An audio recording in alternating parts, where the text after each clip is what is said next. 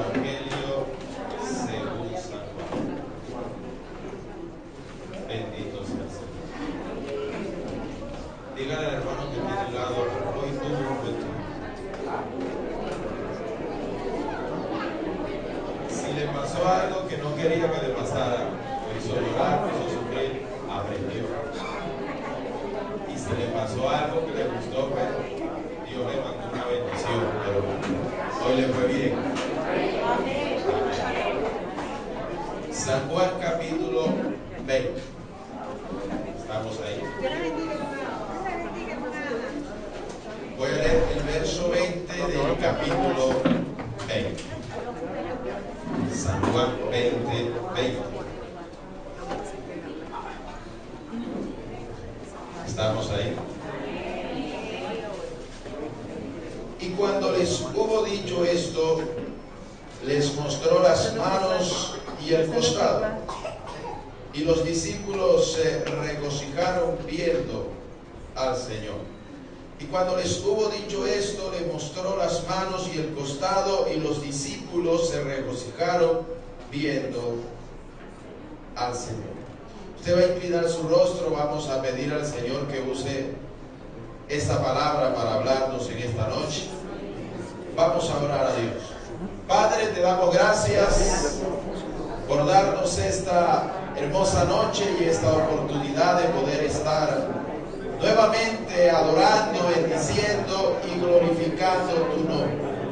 Gracias por cada hermano, por cada niño, por cada mujer, por cada uno de los que has traído. Y queremos en esta noche que uses esta palabra que fue escrita hace mucho tiempo, pero que sé que hoy tienes disponible para bendecir nuestras vidas, para edificarnos, para ayudarnos a salir adelante, para sacarnos, Señor, a llamarnos a tu bendición. Sujetamos toda fuerza del mal, toda obra del enemigo, toda perturbación, que te lleves el cansancio, te lleves el sueño, que te lleves todo lo que pueda estar perturbando para la gloria de tu nombre. En el nombre de Jesús, amén y amén. Pueden sentarse, hermanos, los que están de pie. En este breve tiempo, sí, con la ayuda del Señor, quiero hablarles acerca de la identidad de un cristiano. La identidad de un cristiano. Hoy en día existe un fenómeno, o no diría un fenómeno, un efecto que se conoce como la globalización, que es tratar de que algo ya no funcione de forma local o en una zona determinada del planeta, sino más bien tratar de abrir las fronteras y que todo funcione en el mundo entero como si el mundo entero fuera una misma nación. Todavía hay algunos obstáculos. Usted, para ir a otro país, necesita sacar unos trámites, que le den una visa, que le den un permiso, llenar un papeleo para poder ingresar a otra nación, porque su ciudadanía pertenece a un país diferente. Pero cuando uno habla de la globalización, está hablando de un sistema que se está formando poco a poco, se está extendiendo, y que están tratando de que lo que se haga en un sitio se pueda hacer en otro sin que ocurran muchos cambios. Por ejemplo, hay países que tienen pactos. Por ejemplo, en Sudamérica se conoce como el pacto andino. Hay partes donde usted sale de su país y se va a un país suramericano, y el pacto andino permite de que usted entre, en algunos casos con la cédula de su propio país, visite otro país, no hay ningún problema.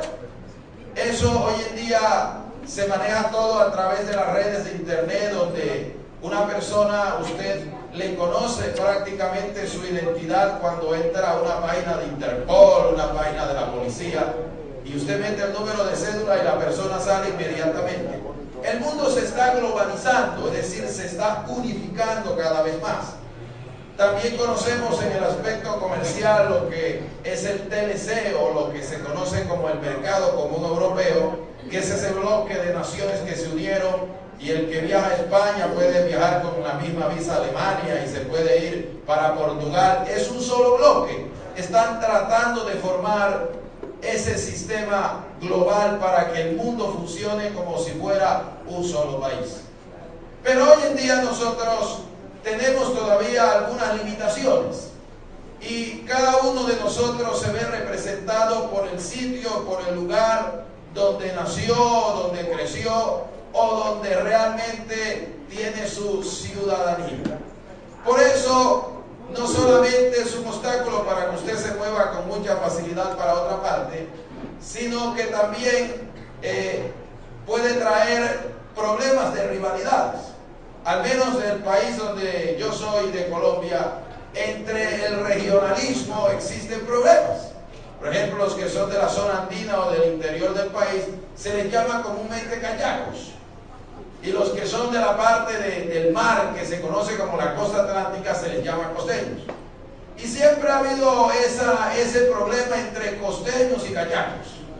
Entonces el costeño tiene una cultura diferente del cachaco y hay ese problema que no se gustan porque el cachaco es así, porque el costeño es así, etcétera, etcétera. Problemas de regionalismo. De una o de otra forma, nosotros estamos acostumbrados a identificarnos en el lugar donde nacemos.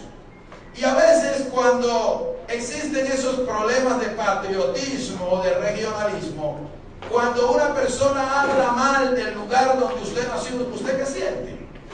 Por ejemplo, cuando alguien se pone a hablar mal de su país, o cuando alguien se pone a hablar mal del pueblito donde usted nació o de la ciudad donde usted nació, usted se molesta, ¿verdad?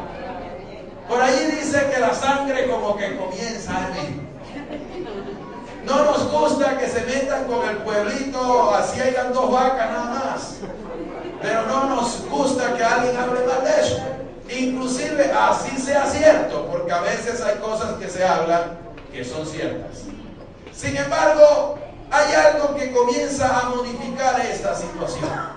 El mundo, en el origen, como fue creado, como fue hecho, ese problema no existía. Yo podría hablarle o hacerles un interrogante, una pregunta: ¿de qué país era Adán? ¿Era colombiano? ¿Venezolano? ¿Chino? ¿Español? ¿De qué país sería Adán?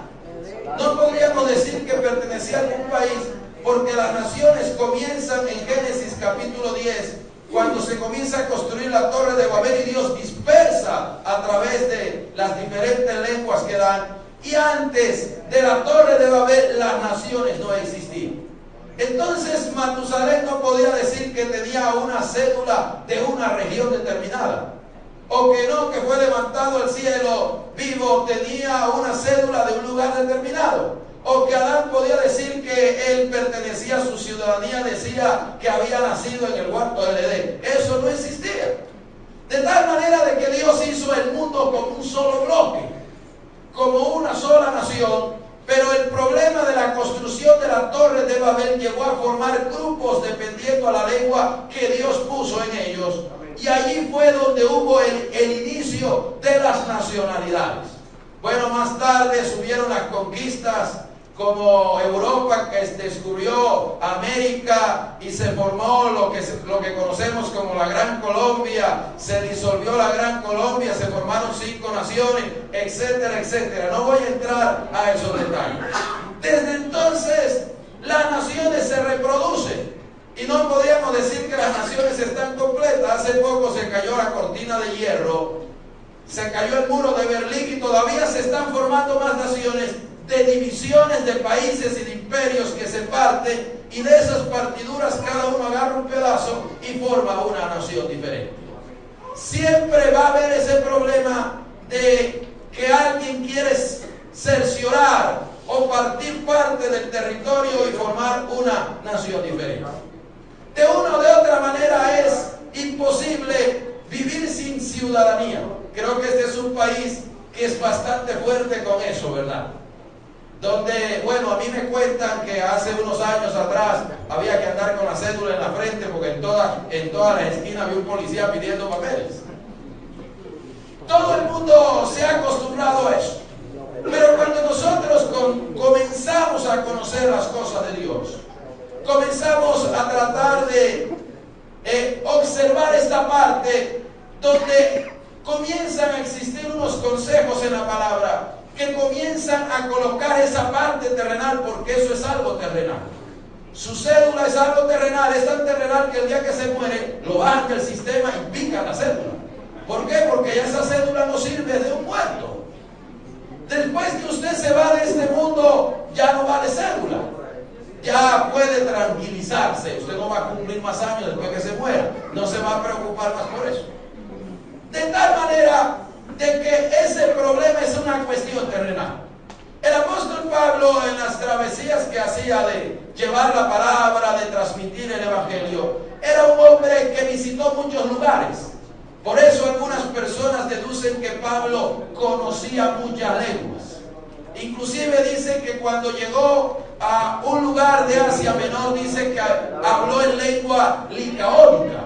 Quiere decir que no hablaba solamente la hebrea. Visitó Grecia y todos sabemos que en Grecia se hablaba el griego. Y muchas otras regiones.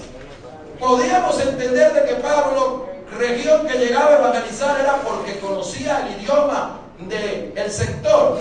No sabemos, o la Biblia no da a conocer que llevaba un traductor. Era un hombre que tenía la facilidad de moverse solo, era una persona muy preparada. Y Pablo entendió de que cuando se transmite la palabra, se transmite el evangelio, hay algo que la Biblia llama la familia de Dios. ¿Cuál es la familia de Dios? La familia de Dios está compuesta por todo aquel que cree. Y cuando la persona se enlaza a través de la fe, podríamos llamar entonces a esas personas que son hermanos. Por eso es que usted se topa con alguien y dice hermano. Hermano no es simplemente una palabra costumbrista, es una palabra que está fundamentada en las cosas de Dios. Aún el mismo Jesús, María lo fue a buscar porque le fueron a decir que estaba hablando locuras, cosas que la gente no entendía. Y cuando lo fue a buscar, un mensajero fue y le dijo, tu madre y tus hermanos te buscan. Pero él tenía un grupo de oyentes allí que estaban atentos a la palabra. Y le dijo, ¿quiénes son mis hermanos y quién es mi madre? Sino aquel que hace la voluntad de Dios, que oye y hace la voluntad de Dios. A ese grupo de personas le llamó hermanos. Podríamos decir entonces que usted tiene hermanos en Europa. Podríamos decir entonces que usted tiene hermanos en Austria o en Australia. Podríamos decir que usted tiene hermanos en Estados Unidos. Somos hermanos a través de la fe. Eso hace o compone la familia de Dios. Y podemos tomar otro texto que nos dice el apóstol Pablo, que nuestra ciudadanía está en los cielos. Nosotros llega un momento en que aunque se necesitan esas cosas a nivel terrenal, en el contexto espiritual, nosotros comprendemos que la gran realidad está en que la verdadera ciudadanía está arriba. Porque cuando nosotros partamos de esta tierra, la Escritura nos enseña que vamos a estar en una ciudad que la conocemos como la Nueva Jerusalén. Y allí todo el mundo creo que va a tener su ciudadanía. Yo considero, no puedo demostrárselo por la Biblia, pero me imagino que es una ciudadanía celestial. Que no va a haber una palabra regionalista allí, sino que es una ciudadanía de carácter espiritual. Pero nosotros como cristianos tenemos algo que nos identifica terrenalmente, pero tenemos también una identidad que nos las ha dado el mismo Dios. Cuando usted, una autoridad, quiere saber quién es usted, ¿qué hace? Le pide el documento, ¿verdad? Su pasaporte, le pide su cédula, que me imagino que no le da vergüenza sacarla, ¿verdad? Usted le saca su cédula sin taparle la fotico con el dedo ni los años. Usted se la saca, revísela con toda confianza. Usted, eso es para que la autoridad sepa quién es usted. Pero en el aspecto espiritual, ¿cómo sabemos quién es quién? ¿Cómo sabemos si es un hermano o no es un hermano? Porque hay falsificadores. Usted no se ha encontrado con tocayos suyos. Yo a veces llego a otras partes y me dicen, vi a alguien igualito a usted. Oye, usted lo he visto en alguna parte. Usted yo lo he visto en alguna parte. No es primera vez que yo vengo aquí. Pero yo lo he visto aquí en alguna parte. Yo nunca he estado aquí. Son personas que a veces se parecen la una con la otra, ¿verdad?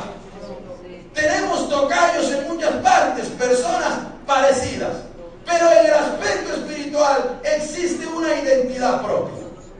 Desde que Dios formó al hombre, el hombre tiene dos características que proceden de Dios. La una se llama imagen y la otra se llama semejanza. No tengo tiempo para irme allá a la parte de Génesis 1:26, se la dejo para que usted la analice en casa. Pero mire el orden en que el Génesis dice las cosas: imagen y semejanza. Primero pone la imagen y después pone la semejanza. Pero la gran pregunta será: ¿qué es la imagen? ¿Qué es la imagen? La imagen es sencillamente lo que se proyecta de usted. Cuando usted se está parando en el espejo, así esté recién levantado, recién levantada, no se asuste, es usted lo que está viendo en el espejo. Podríamos decir que es la imagen. La imagen sencillamente son las cosas que Dios nos dio. Nosotros vemos porque Dios ve. Tenemos las características de Dios, pero tenemos la semejanza. La semejanza prácticamente es la utilidad que yo le doy a las cosas de Dios. Es que todo el mundo ve, pero no todo el mundo ve de la misma manera. Hay personas que pueden ver pasar a alguien que su cuerpo es llamativo. Alguno lo ve con respeto y otro lo puede ver con morbosidad. Son dos personas que tienen las mismas cualidades, pero las están usando de manera distinta. Pero cuando usted sigue leyendo la Biblia, usted nunca va a encontrar un texto que le diga de que el hombre sigue siendo imagen de Dios. Lo que sigue escuchando usted en la palabra es que la Biblia dice que el hombre es semejanza de Dios. ¿Por qué omite la imagen? Si se va, no tengo tiempo para eso, a Génesis 5:1, dice que Dios hizo a Adán. A ambos los hizo conforme a su semejanza, pero no aparece el término imagen. O se va a uno de los últimos libros de la Biblia, que es Santiago, y dice que no maldigamos al hombre que es semejanza de Dios. Está hablando también de semejanza. La pregunta es: ¿qué pasó con la imagen? Las cosas de Dios han ido desapareciendo del hombre. Y hoy nosotros podríamos decir de que el hombre cada día más se parece al hombre, pero poco se parece a Dios. Nos hemos ido distanciando. Lo que entendemos es que el ser humano da lo que tiene. Cuando usted va a leer, por ejemplo, la historia de Adán, que tuvo dos hijos, tuvo un hijo, podríamos llamarlo en ese término. Tuvo un hijo bueno y tuvo un hijo malo. ¿Qué fue lo que pasó? Porque es que en Adán había dos cosas. ¿Qué comió Adán que Dios le dijo que no comiese? Comió de un árbol de la ciencia del bien y del mal. Y cuando uno lo que tiene adentro lo proyecta, nació un hombre con carácter bueno y nació un hombre con carácter malo. Estaba dando sencillamente lo que tenía. Si lo podemos proyectar al ámbito natural, usted como padre o madre se puede quedar viendo a sus hijos, porque todos los padres quieren a los hijos. Usted puede agarrar al hijo, lo besa, lo ve hermoso y bello, pero de vez en cuando se pasan cosas por la cabeza. Ese pelón, ¿por qué salió tan orejón? ¿De dónde sacaría esos ojos torcidos? ¿Quién sería? Pero es que parece que el culpable es el acusador. Porque es que el cabezón del orejón se parece a usted, que fue quien lo dio a luz, o usted que lo engendró. Nosotros damos sencillamente lo que tenemos. Quiere decir que nosotros no vamos a adquirir algo de Dios a través de los padres. Nosotros no vamos a adquirir de Dios nada a través de los abuelos, porque como ellos perdieron la imagen, usted también la perdió. Eso es algo que no viene a través de los genes. El pecado, lo bueno o lo malo, no viene a través de la herencia. Eso viene, es algo que Dios pone en nosotros a través de lo espiritual. Tomemos algo del apóstol Pedro, que nos dice que Dios incorporó en nosotros la parte divina colocó de su naturaleza divina en nosotros. Eso es algo que lo da Dios. Nadie le puede dar absolutamente eso. Eso se logra a través del arrepentimiento, a través del nuevo nacimiento. La parte divina, esa parte que se perdió, Dios la incorpora en el ser humano cuando el ser humano comienza a tener relación con Dios. Eso es lo que nosotros tenemos que comenzar a buscar para comenzarnos a identificar con el Señor. De ahí que hay una palabra que el apóstol Pablo le habla a Gallo. Cuando le hablo a Gallo, no le hablo el animal que despierta a la gente a las 5 de la mañana. Le estoy hablando de un discípulo de los tiempos del apóstol Pablo. Y le escribe una palabra a Gallo y le dice: amado, no imitéis lo malo, sino lo bueno. Generalmente las personas, cuando se quieren excusar, siempre dicen que alguien hizo eso también, que fulano también lo hace, que sutano también lo hace, que perencejo también lo hizo. Pero es que la gente se fija en lo malo, pero no se fija en lo bueno. Ese es como el que anda saltando congregación. A todas las partes donde llegues con el ojo para ver dónde está el defecto, para ver cómo se equivoca, para ver si el que canta está afinado, para ver si en ese lugar todo es perfecto y está equivocado. Porque la gente a veces se enfoca en lo malo. Yo no estoy diciendo que no vea lo malo. Lo que estoy diciendo es que no tome lo malo, tome lo bueno. Usted está viendo aquí en este salón seres humanos, y aquí hay personas con cosas malas, pero también hay personas con cosas buenas. Lo que usted tiene que tomar es lo bueno y tratar de desechar lo malo. Y nosotros tenemos que comenzar a tener la mentalidad de identificarnos con Dios, de tratar de imitar al Señor. Hoy en día todo el mundo quiere imitar a alguien.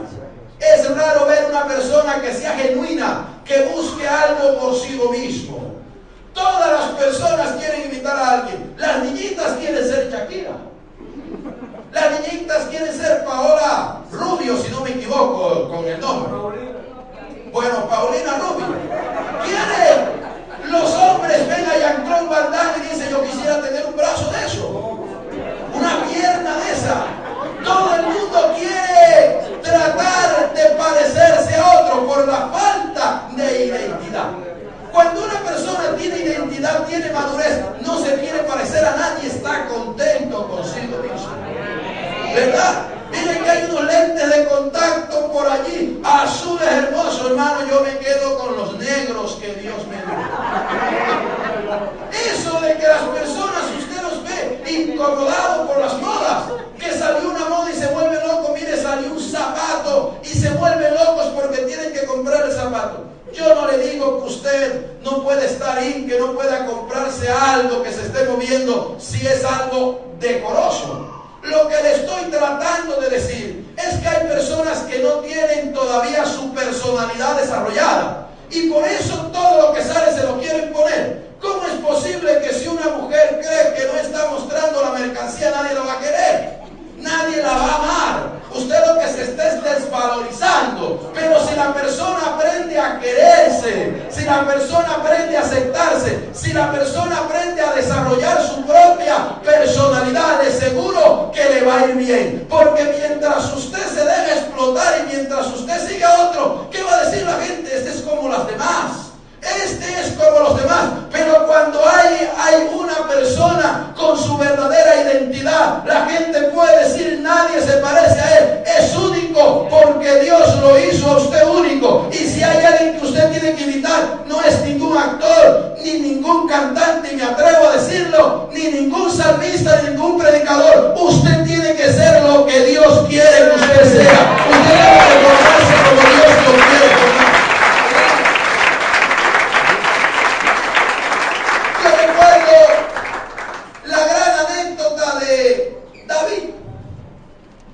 Cuando llegó al campamento, la identidad que encontró David en el campamento, ¿cuál fue? Todo el mundo quería ser de pronto el que enfrentaría a Goliat, pero todo el mundo se sentía que no lo podía hacer. Era un hombre que medía casi 3 metros. Era una persona que tenía unas armas que dice que tenía la lanza como el rodillo de tejar. Y eso es lo que utilizaban antes aquellas máquinas manuales. donde ponían los hilos, y eso era un rodillo supremamente pesado, y él lo cargaba como un juguete. Eso se le caía a alguien en el pie y se lo destrozaba para siempre. Y Goliat lo cargaba de juguete en la mano, y la gente cuando veía eso, veía una monstruosidad. Casco de bronce, escudero, lanza, jabalina, decía nadie se atreve. Pero ¿qué era lo que había en el campamento, hermanos? Lo que había en el campamento eran hombres de guerra, pero nadie quería ir a la guerra. David llegó, ya usted conoce la historia, no se la voy a repetir. Le digo, yo voy y peleo con el hombre. La explicación que ellos querían de David: usted no es un hombre de guerra. ¿Cómo piensa pelear usted con ese hombre? Porque veían que David, la apariencia de los pastores es fácil cantarla, porque los pastores andaban con túnicas. Y este hombre no fue allá con coraza ni con espada, fue a llevar el almuerzo a sus hermanos. Y le digo, yo voy y peleo, pero es que usted es un pastor de ovejas, usted no es un guerrero. ¿Cómo va a enfrentar al gigante? Y Saúl quiso hacer algo con él, le quiso cambiar la identidad. Y le digo, bueno, yo voy a aceptar la locura, usted que va con el pellejo. Yo, como usted, yo no fuera y peleara con él, porque estos no son perros que van a comer ovejas, ni osos ni leones, este es un gigantón. Y si hay hombres de guerra experimentados y no quieren salir a pelear con él, ¿usted cómo se va a enfrentar? Pero si usted lo quiere hacer, hágalo. Tome mi coraza, que le sirva al menos que aguante 5 minutos. Ahí tiene mi espada, ahí tiene el casco, láncese. Y David, cuando comenzó a caminar, le digo, pero es que yo no sé andar con eso. David nunca había usado coraza, nunca había usado espada, nunca se había puesto un casco, y se dio cuenta que él no sabía utilizar eso.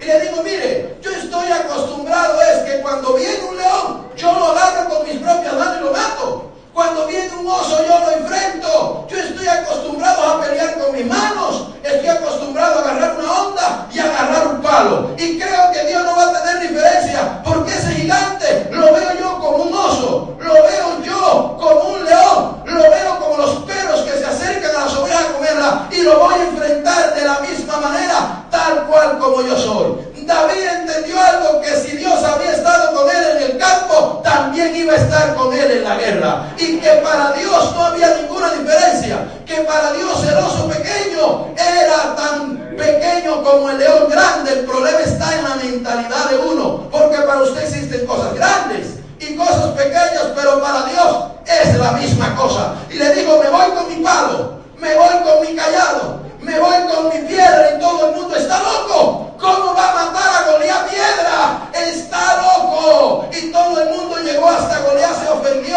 y le dijo, usted está loco, seré yo perro para que usted venga a mí con palos y piedras.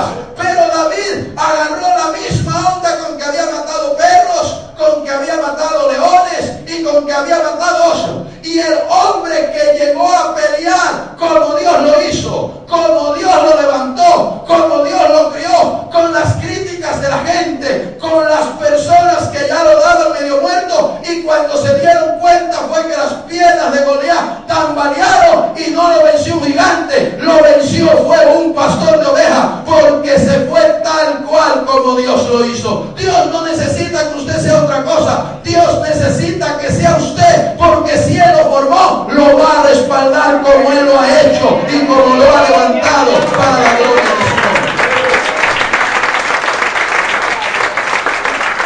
Usted tiene que ser lo que usted es.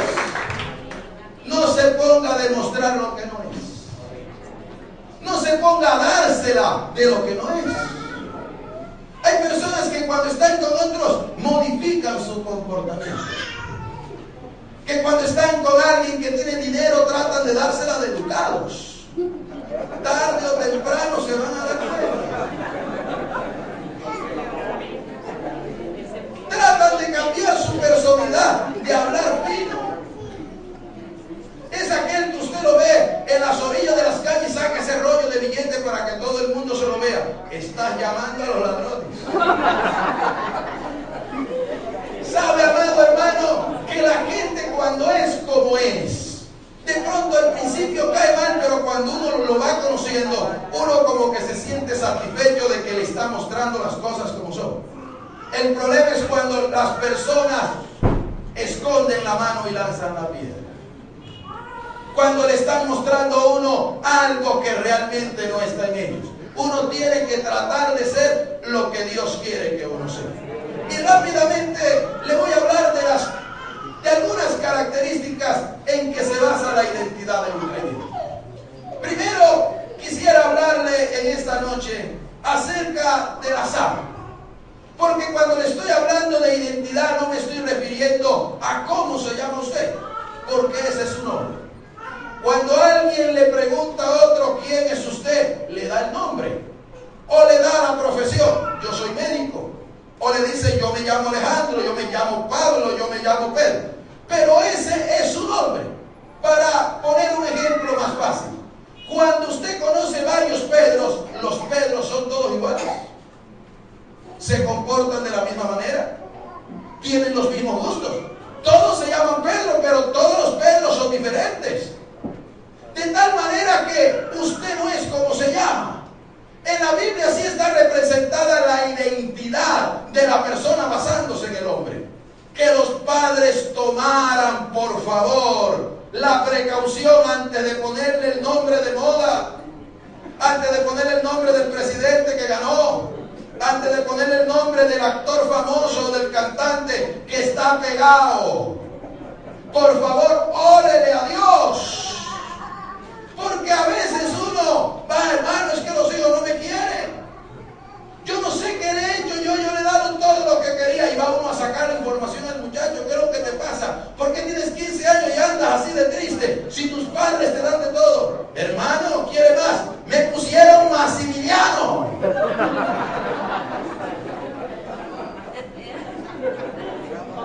Cuando usted le va a poner el nombre a una persona, según las escrituras, representa sencillamente la identidad de esa persona. ¿Por qué cree que Dios le cambia el nombre a Simón y le pone Pedro? Porque Pedro significa roca pequeña, por eso el Señor dijo, sobre esta roca se edificará mi iglesia. No está hablando de Pedro, sobre él, pero cada uno de los que estamos aquí, la Biblia dice que somos piedra viva. Pedro no era la base del evangelio, pero iba a servir de columna para el evangelio. El propósito de Dios está fundamentado en la identidad de ese cristiano. Entonces hay personas que ponen nombre por ponerlo porque suenan bonitos, porque de pronto son de origen inglés, de origen español, pero allí está concentrada la identidad de esa persona. Y cuando Jesús habló de la identidad del creyente, nos dijo que nosotros éramos la sal de la tierra. Tomemos el texto de Mateo capítulo 6, donde dice, vosotros sois la sal de la tierra. Pero si la sal se volviera insípida, ¿con qué será salada? No sirve para nada, sino para ser hollada y pisoteada por los hombres. Cuando nosotros estamos hablando de la sal, viene aquel elemento que extraemos del mar para darle buena sazón a las comidas. Y eventualmente es así. Generalmente este texto se toma para hablar del testimonio de la persona. Pero la sal, aunque tiene un poder conservador y que tiene el poder de evitar la pudrición, de que las cosas se puedan degradar con facilidad, se salan en gran cantidad. Pero la sal en el contexto bíblico no implica eso. Cuando nosotros nos estamos refiriendo a esencialmente a la sal, estamos hablando de un elemento que a Dios le agrada.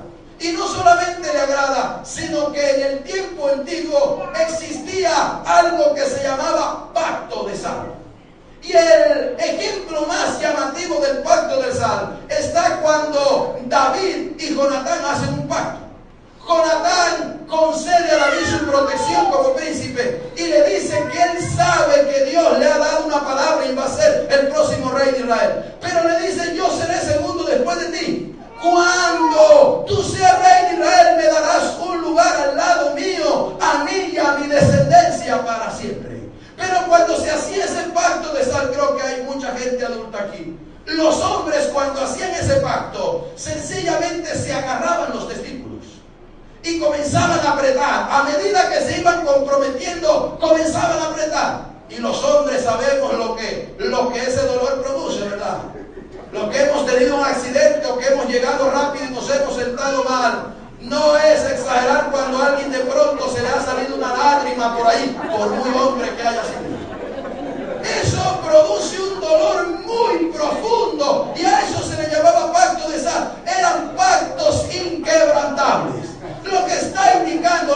Escritura, cuando la Biblia dice que usted y yo somos la sal de la tierra, es que está hablando de un pueblo que tiene pacto con Dios, de un pueblo que está comprometido con Dios. En este mundo todo el mundo hace lo que quiere. En este mundo todo el mundo lleva la vida, como decimos, como le viene en gana. Todo el mundo hace lo que le parece y disfruta su libertad a diestra y siniestra. Pero cuando una persona ve a otro que dice, puede irse con otra mujer que no es la suya, puede beber y no lo hace, puede mentir y no lo hace, puede estafar y no lo hace, verdaderamente esta persona es diferente. Allí se muestra la verdadera identidad del cristiano, porque el que está bajo el pacto de Dios, el que está bajo el pacto divino, lo mismo que hizo Jesús con los discípulos, les dio la copa y el pan y le dijo, este es el pacto en mi sangre, que por muchos es derramada. ¿Cuál es la sal de la tierra? Los que entienden que tienen un compromiso con el Dios del cielo, y aunque tienen libertad en la tierra para hacer lo que quieren, el pacto que han hecho con Dios es inquebrantable, donde la sangre de Cristo ha pasado por su vida y saben que tienen un compromiso con Dios. Los que tienen ese compromiso son la sal de la tierra. Bendito sea el Señor. Es el compromiso que usted tiene. Y eventualmente donde hay compromiso, las cosas no se descomponen. Donde hay descomposición es porque hay falta de compromiso. No hay obediencia, no hay sometimiento. El verdadero cristiano o la sal de la tierra es aquel que está sometido. Pero Jesús dijo, cuando se pierde la noción del compromiso, cuando se cree que el cristianismo es simplemente hacer algunas cosas y se deja de comprometerse con Dios, se va a volver insípido. Usted sabe que es algo insípido, algo que no tiene sabor, algo que usted lo prueba y no sabe nada. Qué sabrosa es la carne, ¿verdad? Pero hermano, ¿de qué valdría la carne si no tiene sazón? Los que sufren de diabetes, eso es un calvario. Les prohíben el azúcar. Y verdad que es una tortura. Imagínense usted un jugo sin azúcar. Todo sin azúcar. Para ellos la crisis esta que hay no les importa porque ellos no comen azúcar. Eventualmente, los que nos motiva a nosotros, la motivación a comer es eso. La motivación que hay es eso, que está bien sazonado. Inclusive esa palabra la usa Pablo en Colosenses. Y dice que nuestra palabra sea sazonada con sal. Lo que está diciendo es que cuando la palabra de Dios está hablando, no se puede hablar solamente que Dios va a bendecir, que Dios te sana, que Dios te libera, que Dios va a cambiar tu familia. Eso es cierto. Pero recordemos que toda promesa tiene condiciones. Busque las promesas que usted quiere en la Biblia, la que usted desee, y va a encontrar una condición. Usted quiere que Dios lo alimente, busque el reino de Dios y su justicia, y todo esto vendrá por añadidura. Usted quiere ser prosperado en todas las cosas y tener salud, dice Pablo, así como prospera el alma, así como viene el crecimiento espiritual. Quieres tomar posesión de la guerra, porque algunos ven un carro bonito y se le montan encima y brincan. Lo piso en el nombre del Señor es mío.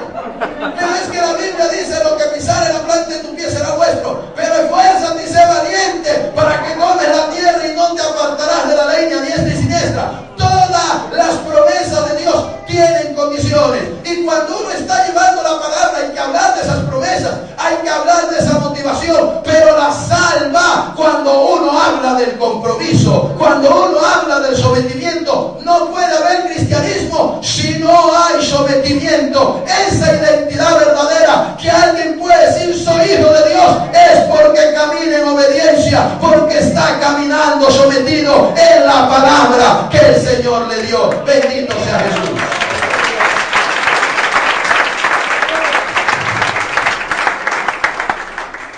Tomemos el otro punto, avancemos. La Biblia también, además de que nos dice que es luz, en el mismo sermón del monte, la palabra nos enseña de que somos la luz de este mundo.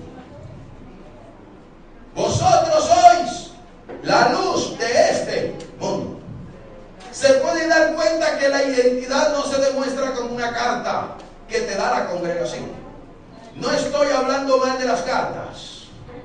Lo que le estoy hablando hablando es que la identidad primero se demuestra con la vida y después se refleja en la carne. Uno tiene que entender que el Señor está hablando en los términos que identifican a la iglesia.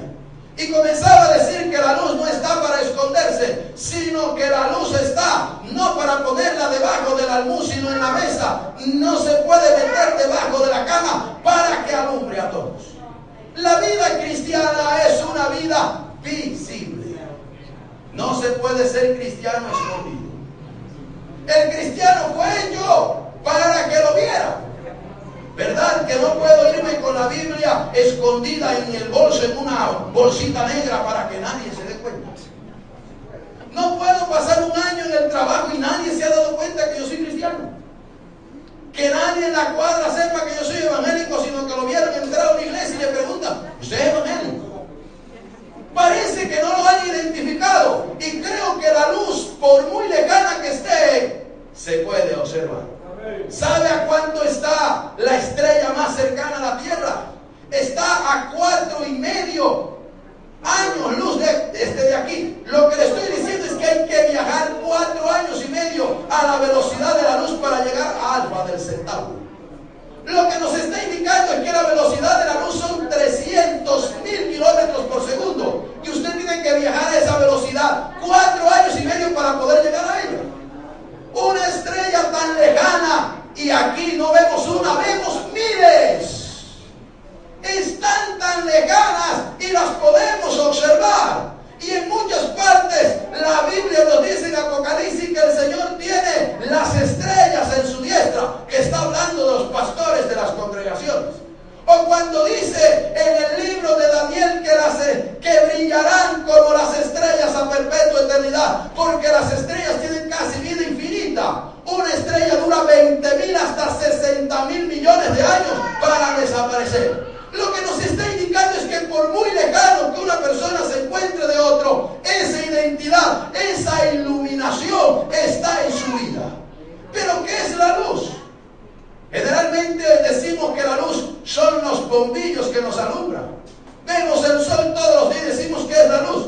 Pero cuando la Biblia se está refiriendo exactamente a la luz, no está hablando prácticamente de la luz visible que usted tiene. La Biblia dice que Dios es luz, pero no solamente porque está radiante.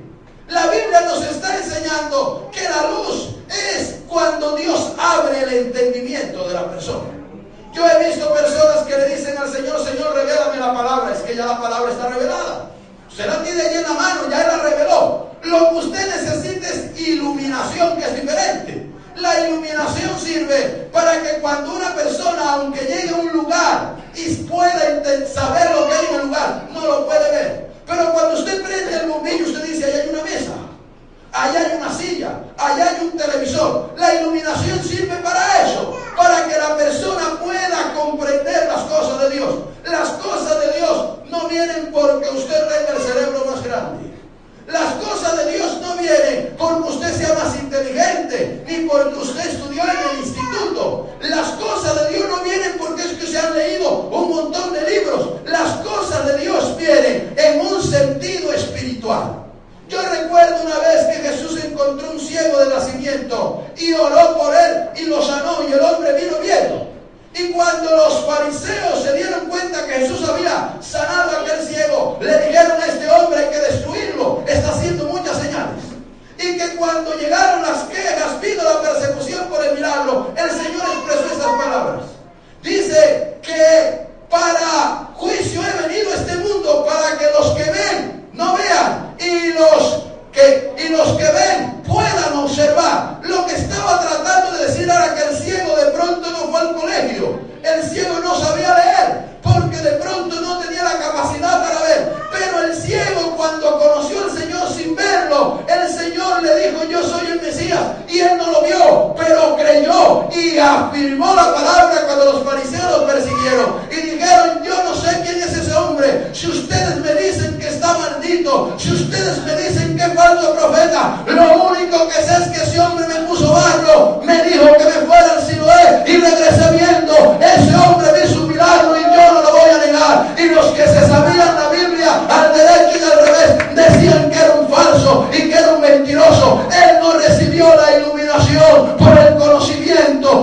mismo que creyó. Y el apóstol Pablo dice que por la fe entendemos haber sido constituido el universo. No sabemos como los científicos cómo funciona la tierra, cómo funciona el mar, pero es que el hombre comienza a entender las cosas en el momento que cree. Y en el momento que usted cree, así le suene locura, pero lo guarda en el corazón, viene la iluminación, viene la revelación, viene el conocimiento de Dios. Y cuando una persona comienza a recibir esa luz en su vida, comienza el cambio, comienza el entendimiento a cambiar. Yo no sabía por qué estaba en la droga, yo no sabía por qué mi hogar se estaba destruyendo, yo no sabía por qué tenía la vida destruida, porque usted andaba en tinieblas, usted andaba en oscuras, usted no conocía sus pasos, pero cuando Dios lo iluminó, entendió en qué falló, entendió en qué se equivocó, entendió por dónde andaba pisando mal, y Él lo enderezó, y hoy en día ve y tiene una vida cambiada,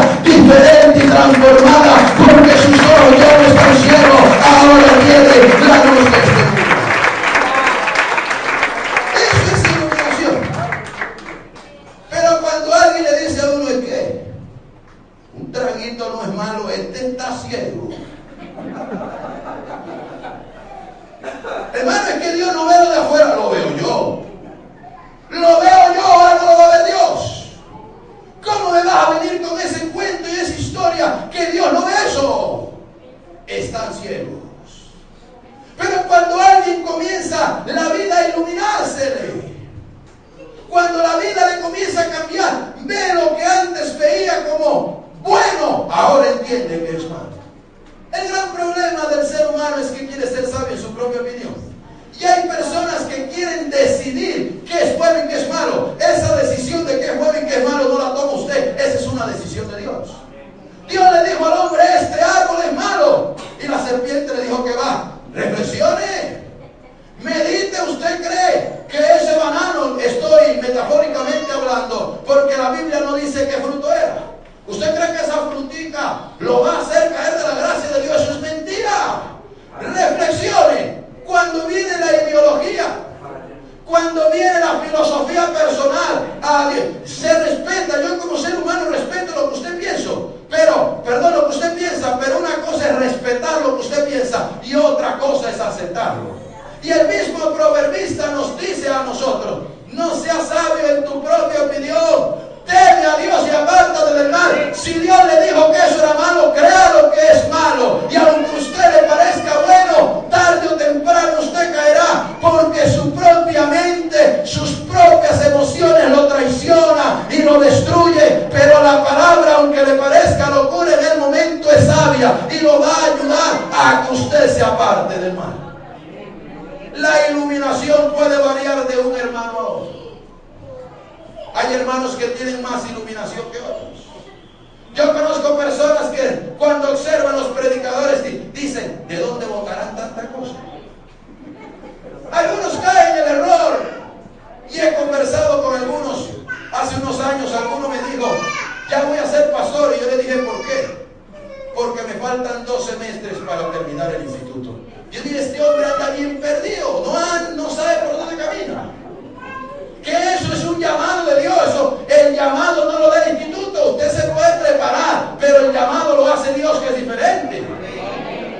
Son personas que no tienen iluminación. Y hay gente que se pregunta por qué otro puede entender las cosas más que otro, porque hay más iluminación en el uno que en el otro. Eso tiene muchos factores que explicarle, que el tiempo no me alcanza. Pero uno de esos factores que existen para tener más iluminación que otra persona está en el corazón, no en la mente que usted tenga. Cuando hay corazón para buscar a Dios, Dios encuentra el terreno abonado para poder explicar a la gente. ¿Cuántos no le piden a Dios explicación y Dios no se las da porque sabe que no la van a aceptar? Yo estaba hablando con una mujer y me dijo, no me venga a hablar del sometimiento en el hogar. A mí no me gusta eso. Yo digo, oye, hay gente que quiere que uno le hable lo que les gusta, lo que les conviene. Para Dios darle iluminación a las personas, necesita ver el corazón acto, que quiera recibir la palabra, cualquiera que sea. Pero hay personas que quieren la iluminación en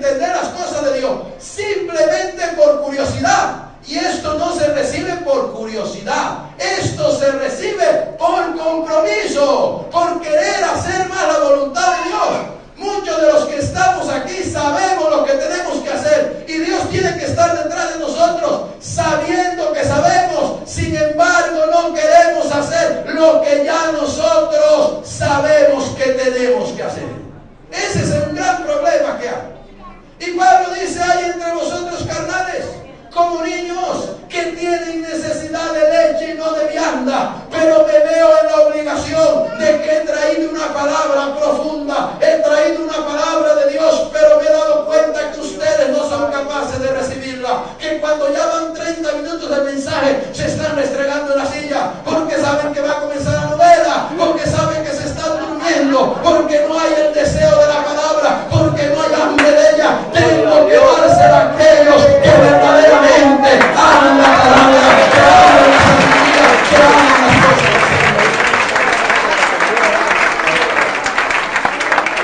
Hermanos, el cristiano es luz.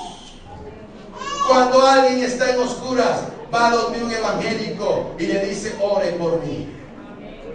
Le dice a usted: vengo a pedirle un consejo porque sé que usted me va a entender, sé que Dios está en usted y me puede guiar al camino correcto. Ven, iluminación es la luz de este mundo. Pero no lo voy a atormentar más con ese mundo. Me voy a ir al otro rapidito. Indudablemente nosotros tenemos otra característica, que es que tenemos a Dios. Alguien puede decir: soy cristiano, si no tiene a Dios. Se necesita tener a Dios. Si Dios está dentro de usted, usted es cristiano. Puede que sea muy maduro, torpe. Puede que sea una persona sin mucha sabiduría. Puede que sea alguien que tenga tantos problemas y que a veces las personas ven las crisis y la vida que tiene, dicen: pero es que si es que tuviera Dios, la suegra no se hubiera metido en la casa, Dios no hubiera permitido esa calamidad. Si tuviera Dios, no estuviera así endeudado, no hubiera quedado postrado enfermo en esa cama. Si tuviera Dios, no estuviera como está ese hombre. Yo no quisiera estar en los zapatos de esa persona. Pero hermano, es que el cristianismo no está basado en tener o no tener problemas. Usted no me puede demostrar a mí: yo soy cristiano, porque me está parqueando un carro último modelo.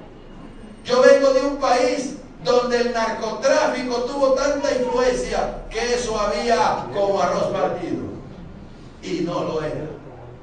Creo que puede haber cristianos adinerados, pero esa no es la evidencia. Se necesita tener a Dios. Y si usted quiere entrar al evangelio, pero dice: cuando yo me arregle, yo acepto a Jesucristo, eso es imposible, porque usted no se va a arreglar nunca. No lo ha podido hacer ante el espejo, menos por dentro, que no se ve. Usted tiene que permitir al Señor que entre y lo arregle. Dígale al que tiene al lado: deja que Dios te arregle.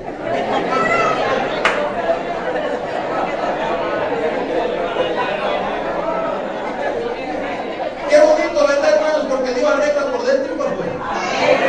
Decirle que te tiene al lado, decirle: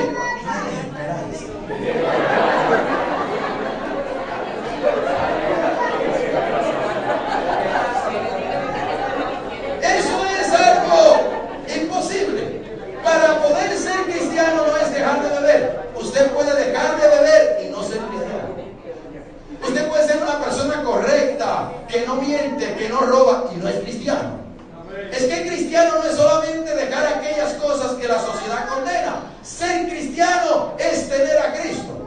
Alguien dijo por ahí que por primera vez, dice la Biblia, que por primera vez le llamaron cristianos en Antioquía, porque les llamaban los del camino, los de la secta esa rara. Pero ¿de dónde viene el término cristiano? Cristos enanos, por eso cristianos. Veían en las personas cristos pequeños, porque todos se querían parecer al Señor. ¿Verdad que no se querían parecer a Maná con la barbona esa? Porque hoy usted ve a músicos y todas las barbaridades que ven allá, las quieren hacer ellos. Usted es un hijo de Dios, usted no está para imitar el mundo, usted está para imitar al Señor. Y nosotros debemos tener al Señor adentro. cuando hemos creído en la palabra de verdad, fuimos sellados ¿con qué? Con el Espíritu Santo de la promesa. Quiere decir que en usted hay un sello. Un papel sin sello no sirve. Se necesita que se selle, porque cuando usted ve el sello, usted dice: esto tiene valor. Usted dice: esto es genuino. Eso está en el ámbito espiritual. El profeta Ezequiel da una palabra en el capítulo 9, cuando veía la destrucción de Jerusalén, y dice: han venido los destructores con su instrumento de destruir a la tierra. Y de los que entraron a destruir, dice que vino un escribano con un tinterillo. Y el escribano, cuando entra con la pluma y el tinterillo, Ezequiel recibe una palabra de Dios y le dice que él va a marcar a aquellos que verdaderamente sean guardados, para que los destructores que han entrado a la ciudad les respeten la vida. Quiere decir que en el aspecto espiritual, Dios ya estaba sellando personas. Dios ya estaba sellando gente para que cuando la destrucción viniera, porque las personas veían a Babilonia, veían el cruel de Nabucodonosor que venía, pero la gente no veía las cosas desde el punto de vista espiritual y no se daban cuenta que no era Nabucodonosor, que era algo que venía, un castigo de Dios, pero que Nabucodonosor estaba influenciado por el diablo. Traía muerte, traía hambre, traía enfermedad, traía destrucción, pero aunque Nabucodonosor no lo entendía, el que lo estaba utilizando el diablo, cuando entrara a aquella ciudad, el diablo se iba a dar cuenta quién era hijo de Dios y quién no era hijo de Dios, quién guardaba la palabra y quién no guardaba la palabra. Y se viene a mi mente una palabra a una iglesia de Apocalipsis que dice: por cuanto has guardado mi palabra, yo te guardaré de la hora de la prueba que ha de venir sobre el mundo entero. El que tiene el sello de Dios, el diablo dice: no se meta, ese está cubierto, ese está guardado, ese es hijo del Todopoderoso. Podrá traer su tragedia al mundo. Para tocar a un hijo de Dios hay que pedir permiso, porque el sello le dice que es intocable, que está protegido por la mano de Dios. El verdadero cristiano tiene identidad, tiene el sello del Espíritu Santo. Para el tiempo de fin, quiero usar la palabra correcta. El Espíritu Santo no se va a ir de la tierra.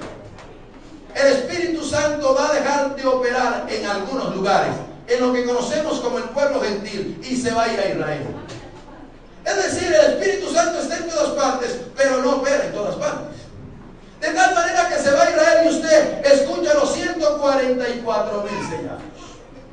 Le tengo una mala noticia a los testigos de Jehová.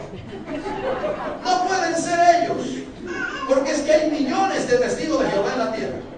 Y si son 144,000, entonces la mayoría está perdida.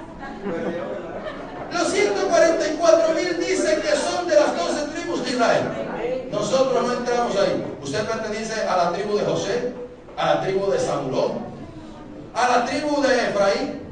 Usted pertenece a la tribu de Rubén. Estamos fuera de ese plan. Pero para que cuando venga la tribulación y el anticristo se lance contra el pueblo de la promesa, lo respete, porque va a haber gente sellada allí. Y voy a terminar con este punto. Una de las cosas que identifican a un cristiano ya no son características genéticas. Todos los que estamos aquí, si somos creyentes, somos algo. Si somos creyentes, somos luz. Si somos creyentes, tenemos el Espíritu Santo. Pero hay algo que identifica a un cristiano, que es independientemente el uno del otro. Hay una identidad totalmente distinta, aunque es de Dios. La forma de identificación es particular en cada creyente. Cuando Jesús resucitó, los discípulos no lo creían. Se le mostró a las mujeres llevaron el recado. Vimos un ángel que cayó, nos rodó la piedra. Y entramos, el Señor se nos apareció. Yo, María, pensé que era el hortelano y me dijo, este hombre que no era el hortelano, yo lo vi, me dijo que no lo tocara porque no había subido el Padre, lo hemos visto. Y los discípulos, ¿qué va? Estas mujeres, quizás, ¿qué comieron? ¿Qué soñaron? No les creyeron. Y el Señor, para convencerlos, tiene que aparecérsele. Y cuando ellos estaban llenos de miedo, en un cuarto encerrado, porque pensaban que los iban a perseguir, allí para crucificarlos, el Señor pasó a donde estaban ellos en el cuarto encerrados sin abrir las puertas. Y ellos se asustaron, pensaron que era un fantasma. ¿Cómo alguien puede pasar una puerta sin abrirla? Lo que podemos comprender aquí, hermanos, es que cuando Jesús resucitó, ya no dependía de las leyes físicas del mundo. Podía pasar una pared, podía pasar una puerta sin abrirla, ya tenía un cuerpo glorificado. Los discípulos pensaban que era un fantasma. Y cuando el Señor se acerca y dijo, yo soy, todavía no lo creían, lo estaban viendo y no lo creían. Y el Señor, para identificarse como el Hijo de Dios, le dijo, aquí tiene. Le mostró las manos y vieron los huecos. Dijeron, y aquí está el costado, por aquí entró la lanza, por aquí me sacaron sangre y agua. Y el mínimo, que era el incrédulo, le dijo, usted es el que dice que si no viene milagros, prodigios, que si no me lo cree, venga, mete el dedo aquí y mete la mano en el costado para que se dé cuenta que yo soy. ¿Cómo se identificó el Señor? Con la crucifixión, con la muerte que tuvo. Solamente Él podía tener esas marcas y con eso lo convenció. Cada uno de los que estamos aquí ha tenido un trato diferente de Dios, y cada uno de nosotros tiene cicatrices dentro de la vida cristiana.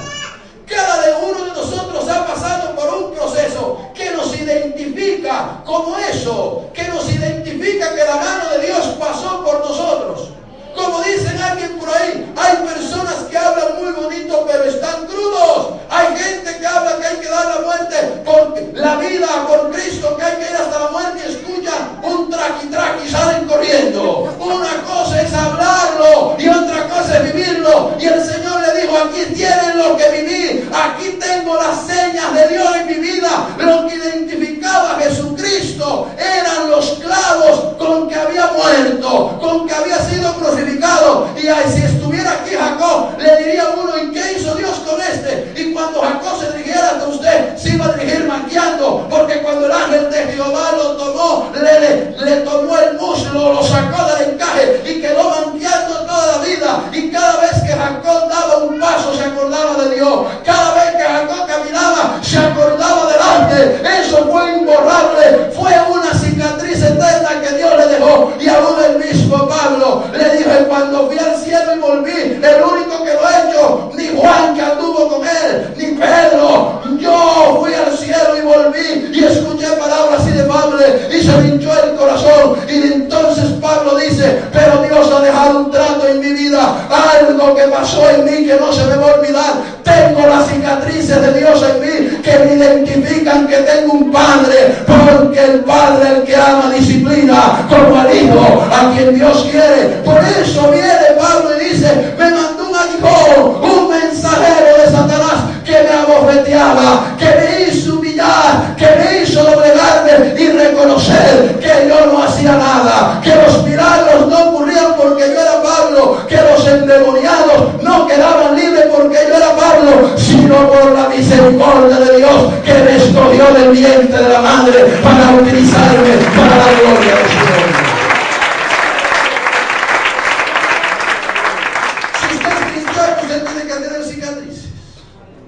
Se lo voy a decir así, más castizo. Ya Dios tuvo que haberle pegado unos cuerazos. Usted tiene que tener cicatrices de algunos pencazos, de algunos brazos. El mismo salmista en el Salmo 23 decía, tu vara y tu callado me infundirán aliento. Él sabía que Dios castiga no por capricho ni por ver sufrimiento, sino para corregir la persona. Cuando alguien ha sido tratado por Dios, se ve las cicatrices. Como el niñito que se cayó a los 5 años de la bicicleta y no le prestó atención. Y hoy tiene 50 años. Y se dio cuenta que cuando se voló la cuadra a los 5 años, un carro se atravesó y alcanzó a frenar y del susto se cayó y le salió el raspón porque cayó mal. Cuando a los 50 años se sienta a ver televisión y se mira la rodilla y señas de la monedita que se hizo. Lo que le indica es que recuerda que no hay que pasarse las cuadras, que hay que respetarla porque se puede encontrar con la muerte. La cicatriz después, 45 años, está ahí todavía dándole una enseñanza. Tenemos una identidad de Dios y un trato de Dios diferente. Tenemos marcas de Dios en nuestra vida. Señales que Dios ha pasado por nosotros. Y eso es lo que nos identifica, de que no tenemos las señales de los errores y de las trampas del diablo de este mundo. Tenemos las señas de Dios, de sus correcciones, que indica de que somos sus hijos, que por eso nos corrigen. Creo, hermano, que esto es un proceso. Pero cada vez que uno se entrega más al Señor, cada vez que uno más lo busca, se va pareciendo más a Él. Se va identificando más con Él. Va caminando igual que Él.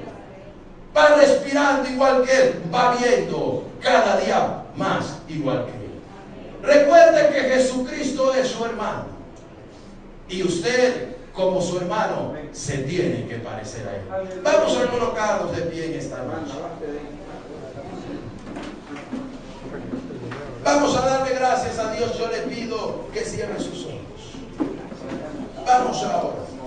Padre, te damos gracias en esta hermosa noche por habernos permitido compartir tu palabra. Señor, te pedimos que nuestra vida cada día más se distancie y se aleje del comportamiento, de la conducta y de los patrones que este mundo demanda de cada uno de nosotros. Queremos ser tu imagen y queremos ser tu semejanza. Queremos ser luz. Queremos ser sal. Queremos tener en abundancia tu presencia, la unción, el Espíritu de Dios en nuestras vidas. Y queremos tu instrucción, aunque a veces nos disciplinas y nos golpeas, es para nuestro bien. Sé que hay cicatrices en nosotros que todos los días nos hablan y nos dicen que tú estás con nosotros, que somos tus hijos, que estamos bajo tu dominio y estamos bajo tu control para la gloria y la honra de tu nombre. En los méritos de tu Hijo amado te lo pedimos y te damos muchas gracias. ¿Hay alguien enfermo en esta noche, hermano? Para orar por él. Si hay alguna persona que se sienta mal de salud, para orar por los enfermos. ¿Hay alguien enfermo? Le pido que pase en frente. Lo que tenga. Cualquier cosa que tenga. Lo que sí le digo es que Dios no manda medicamentos, que están escasos.